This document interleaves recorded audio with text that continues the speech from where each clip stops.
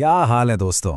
आज के इस धमाकेदार विश्लेषण में हम एक ऐसे टॉपिक की गहराई में जाएंगे जिसने पिछले 50 सालों से दुनिया को दो हिस्सों में बांट दिया है। बात हो रही है 1969 की, जब टीवी स्क्रीन्स पर एक ऐसा नजारा देखा गया जो मानव इतिहास में हमेशा के लिए अमर हो गया। इंसान ने धरती से बाहर चांद पर अपना पहला कदम रखा। आधुनिक विज्ञान की सबसे बड़ी जीत है ना, पर यहीं से शुरू होती है एक बहुत बड़ी कंट्रोवर्सी। क्या सच में ऐसा कुछ हुआ था, या फिर ये सब एक बड़े से हॉलीवुड स्टूडियो का सेट था? एक ऐसी बनावटी कहानी जो बस हमें सुनाई गई। एक साइंस टीचर की तरह चलिए आज इस पूरी मिस्ट्री का एकदम तथ्यात्मक और साइंटिफिक पोस्टमार्टम करते हैं। देखते हैं सच क्या है और साजिश क्या।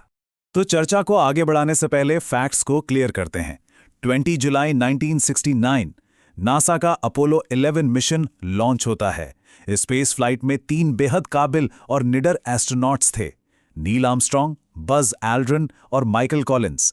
एक बेहद शक्तिशाली रॉकेट के जरिए इन्हें अंतरिक्ष में भेजा गया। इनका लक्ष्य बहुत सिंपल पर उतना ही खतरनाक था। चांद की सतह पर सेफली लैंड करना, वहां कुछ वक्त बिताना और फिर वहां से जिंदा धरती पर वापस लौट आना। अगर साइंस के नजरिए से सोचें तो ये इंजीनियरिंग, फिजिक्स और स्पेस एक्सप्लोरेशन का सबसे बड़ा और रिस्की टेस्ट था। ये हो गया हमारा बेसिक क्लासरूम फैक्ट, यानी वो फाउंडेशन जहां से हमारी आज की इन्वेस्टिगेशन शुरू होती है। जब ईगल नाम का लूना मॉड्यूल चांद पर उतरा और नील आर्मस्ट्रॉन्ग उसमें से बाहर आए, तो उन्होंने चांद की मिट्टी पर कदम रखते ही कुछ ऐसे शब्द कहे जो सीधे इतिहास के पन्नों में सुनहरे अक्षरों में दर्ज हो गए। उन्होंने कहा, one small step for man, one giant leap for mankind. यानी एक इंसान के लिए ये एक छोटा सा कदम है, पर पूरी मानव जाति के लिए ये एक बहुत बड़ी छलांग है। सोचिए, ये सिर्फ एक स्टेटमेंट नहीं थी, ये एक सबूत था कि लगन और विज्ञान के सहारे इंसान आसमान की ऊंचाइयों को भी छू सकता है। उस वक्त दुनिया भर में लाखों लोग अपने टीवी सेट्स पर इस ब्रॉडकास्ट को लाइव देख रहे थे। पूरा माहौल एकदम हैरत अंगेज था। लेकिन कहानी में सबसे बड़ा ट्विस्ट यहीं आता है। एक बेहद सीधा और थोड़ा चुभने वाला सवाल खड़ा होता है, क्या वाकई ऐसा हुआ था या फिर सब कुछ एक स्टूडियो में शूट हुआ? जैसे जैसे वक्त बीता, कुछ लोगों ने यह मानना शुरू कर दिया कि यह पूरी घटना एक बहुत बड़ा झूठ थी। उनका तर्क बड़ा सिंपल था, भाई 1969 के दौर में स्पेस टेक्नोलॉजी इतनी एडवांस थी ही कहां कि किसी इंसान को चांद पर भेजकर वापस ला सके। इसलिए ये पूरा का पूरा फुटेज धरती पर ही किसी फेक सेट पर परफेक्ट लाइटिंग के साथ बनाया गया। अब क्योंकि सवाल पूछना ही विज्ञान का पहला रूल है, तो बिना किसी बायस के चलिए इन सभी थियरीज को परखते हैं। आखिर वो कौन से पॉइंट्स हैं जो इस ऐतिहासिक मून लैंडिंग को एक इल्यूजन बताते हैं? बोर्ड पर लिखी एक नई हाइपोथेसिस की तरह आइए उन 3 मुख्य दावों पर ध्यान देते हैं जो इन कंस्पिरेसी थ्योरीज के कोर में हैं। पहला क्लेम, तस्वीरों में अमेरिकन झंडा हवा में हिलता हुआ दिख रहा है। दूसरा क्लेम, पीछे का आसमान एकदम घुप अंधेरा है, वहां एक भी तारा यानी स्टार नहीं दिख रहा। और तीसरा क्लेम, फोटोज में एस्ट्रोनॉट्स और स्पेसक्राफ्ट की परछाइयां अलग अलग डायरेक्शंस में बन रही हैं, जो नेचुरल सनलाइट में तो नामुमकिन है। पहली नज़र में देखा जाए तो ये तीनों बातें वाकई सोचने पे मजबूर करती हैं और इनमें काफ़ी वेट भी लगता है। लेकिन साइंस का तो काम ही है सतह के नीचे झांकना, राइट? तो आइए एक एक करके इन तीनों पॉइंट्स का साइंटिफिक ब्रेकडाउन करते हैं। सबसे पहले उस मशहूर झंडे वाले दावे को पकड़ते हैं। दावा है कि झंडा हिल रहा था, पर हम सब जानते हैं कि चांद पर तो एटमॉस्फेयर या हवा होती ही नहीं, वहां तो वैक्यूम है, तो फिर झंडा हिला कैसे? इसका साइंटिफिक रीजन बिल्कुल प्रैक्टिकल है। नासा के इंजीनियर्स बहुत स्मार्ट थे। उन्हें पता था चांद पर हवा नहीं है। अगर वो एक नॉर्मल कपड़े का झंडा ले जाते तो ग्रेविटी की वजह से वो बस लटक जाता और फोटोज में कुछ दिखता ही नहीं। इसलिए उन्होंने झंडे के डंडे के ऊपरी हिस्से में एक हॉरिजॉन्टल रॉड लगा दी थी ताकि झंडा खुला हुआ दिखे।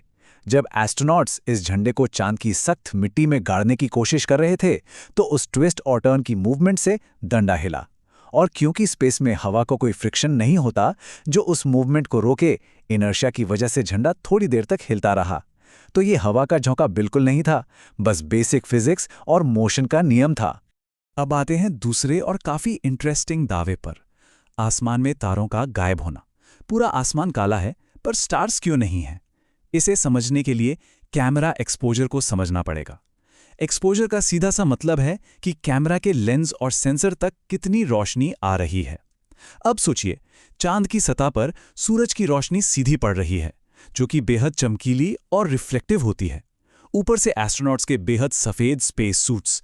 ऐसे एक्सट्रीम ब्राइट माहौल में अगर कैमरे की शटर स्पीड धीमी रखी जाती तो फोटो पूरी तरह सफ़ेद हो जाती, जिसे हम ओवर एक्सपोज्ड कहते हैं। फोटोज ठीक आने के लिए एक्सपोजर काफ़ी कम रखना पड़ा, और जब एक्सपोजर इतना कम हो तो कैमरा दूर टिमटिमाते तारों की धुंधली रोशनी को कैप्चर ही नहीं कर पाता। हमारी आंखें और कैमरा अलग तरीके से काम करते हैं। जैसे दिन के उजाले में धरती से हमें आसमान में तारे नहीं दिखते, बिल्कुल वही साइंस यहाँ चांद पर भी अप्लाई होती है।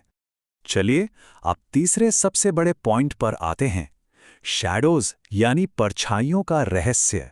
दावा ये किया जाता है कि अगर रोशनी का सिर्फ एक ही सोर्स था यानी सूरज, तो फिर परछाइयां अलग अलग दिशाओं में क्यों जा रही हैं? कहा जाता है कि ये तभी होता है जब किसी स्टूडियो में बहुत सारी लाइट्स अलग अलग एंगल से लगाई गई हों। लेकिन यहाँ एक्चुअल फैक्ट चांद की भौगोलिक स्थिति यानी उसकी टोपोग्राफी में छपा है। चांद की सतह किसी इंडोर स्टूडियो के फ्लैट फ्लोर की तरह एकदम समतल नहीं है। वहाँ छोटे बड़े गड्ढे, मिट्टी के उभार और क्रेटर्स हैं। जब किसी ऐसी खुरदुरी और अनइवन सतह पर रोशनी पड़ती है तो शैडोज नेचुरली डिस्टॉर्ट हो जाती हैं और उनकी दिशा अलग प्रतीत होती है। साथ ही कैमरे के लेंस के पर्सपेक्टिव की वजह से भी पैरेलल लाइंस आपस में मिलती हुई दिखाई देती हैं।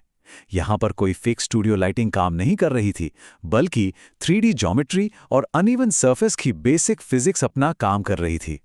इन सारे फिजिक्स और मैकेनिक्स के कॉन्सेप्ट्स को क्लियर करने के बाद अब एक ऐसे पहलू पर आते हैं जो सीधे जियोपॉलिटिक्स और इतिहास से जुड़ा है, और यही है सबसे बड़ा proof. The Soviet union monitored the mission. 1969 का वो वक्त सिर्फ स्पेस एक्सप्लोरेशन का ही नहीं था, बल्कि कोल्ड वॉर यानी शीत युद्ध का भी सबसे गर्म दौर था।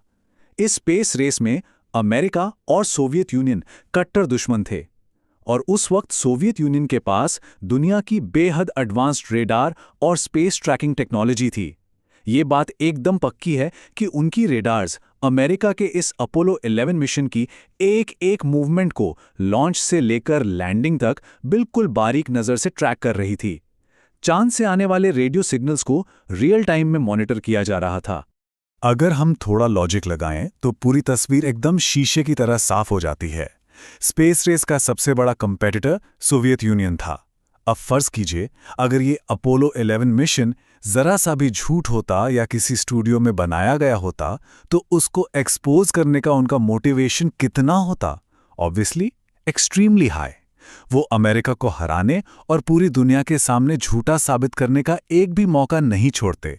लेकिन क्या उन्होंने ऐसा कुछ एक्सपोज किया? जवाब है बिल्कुल नहीं। उन्होंने भी इस मिशन की हिस्टोरिक सक्सेस को स्वीकार किया। क्यों? क्योंकि उनके खुद के साइंटिस्ट्स और उनके अपने ट्रैकिंग इक्विपमेंट साफ बता रहे थे कि रेडियो सिग्नल्स और लाइव फीड वाकई में चांद की सतह से ही आ रहे थे। जब आपका सबसे बड़ा दुश्मन ही आपके तथ्यों पर मोहर लगा दे तो उससे बड़ा सबूत और क्या हो सकता है? मिशन बिल्कुल असली था। तो फिजिक्स, फोटोग्राफी, चांद की ज्योग्राफी और यहाँ तक कि जियोपॉलिटिक्स के इस पूरे लॉजिकल विश्लेषण के बाद आखिर हम कहाँ खड़े हैं? हमने देखा कि कैसे हर एक दावा जो शुरू में बड़ा दमदार लग रहा था उसे साइंस और लॉजिक की कसौटी पर बिल्कुल आसानी से एक्सप्लेन किया जा सकता है। फिर भी ये आखिरी सवाल आज भी कई दिमागों में गूंजता है, क्या इंसान ने वाकई चांद पर कदम रखा या ये सब एक परफेक्ट इल्यूजन था? एक सच्चे लर्नर की तरह फैक्ट्स और सबूतों को साइंस की निगाह से समझना बेहद जरूरी है। सारे तथ्य और उनके साइंटिफिक क्लैरिफिकेशंस अब पूरी तरह से दर्ज हो चुके हैं। कौन सी बात लॉजिक के तराजू में ज्यादा भारी है, इसका निर्णय अब स्वयं किया जा सकता है। फैसला दर्शकों पर छोड़ते हैं। इस तथ्यपूर्ण विश्लेषण को आज यहीं समाप्त करते हैं। ऐसे ही और दिलचस्प और लॉजिकल तथ्यों को जानने के लिए हमारे साथ जुड़े रहें।